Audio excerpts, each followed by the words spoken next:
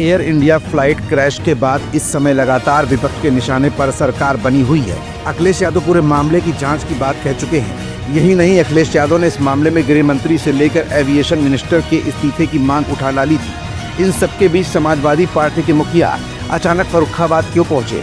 फर्रुखाबाद में मीडिया के बीच एक बार फिर अखिलेश यादव ने फ्लाइट में बैठने वालों के डर की असली वजह क्या बताई और 2027 के विधानसभा चुनाव को लेकर आगामी गुप्त रणनीतियों में से कौन सी ऐसी रणनीति थी जिसके लिए अखिलेश यादव ने फर्रुखाबाद में समाजवादी पार्टी के कार्यकर्ताओं के मोबाइल स्विच तक ऑफ करा दिए। अखिलेश यादव एक बार फिर भाजपा की योगी सरकार में फैले भ्रष्टाचार और किसानों की समस्याओं के साथ साथ बेरोजगारों को नौकरी न दिए जाने की बात को लेकर क्यों आग बबूला हो गए? ये तमाम ऐसे सवाल हैं जिनका जवाब अपनी आज की इस रिपोर्ट में हम आपको दिखाएंगे भी और बताएंगे भी। दरअसल एयर इंडिया प्लेन क्रैश के हादसे के बाद अखिलेश यादव लगातार सरकार पर हमलावर हैं। इस बीच सपा मुखिया अखिलेश यादव ने पूर्व सांसद छोटे सिंह यादव के घर पहुंचकर अंतिम विदाई दी। अखिलेश ने कहा कि छोटे सिंह यादव पार्टी के संस्थापक सदस्य थे।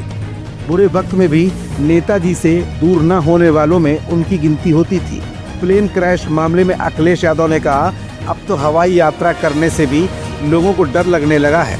उन्होंने कहा कि पहलगाम हमले में चूक कहाँ हुई, इसका जवाब अभी तक नहीं मिला।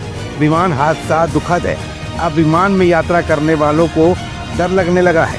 जहाँ तक यूपी की बात है तो भ्रष्टाचार यूपी पर हावी है। किसान परेशान है, बिजली नदारत है और युवा नौकरियों के लिए तरस रहे हैं। उन्होंने कहा कि वो जातिगत जनगणना के पक्ष में है। अखिलेश ने आगे ये भी कहा कि ये वक्त सवालों के जवाब देने का नहीं है, यहाँ वो गम में शरीक होने आए हैं। सपा मुखिया वापस जाते समय युवजन सभा के राष्ट्रीय सचिव जितेंद्र सिंह यादव के आवास पर रुके। वहां पर कुछ प्रमुख नेताओं से उन्होंने बातचीत की, संगठनात्मक जानकारी ली।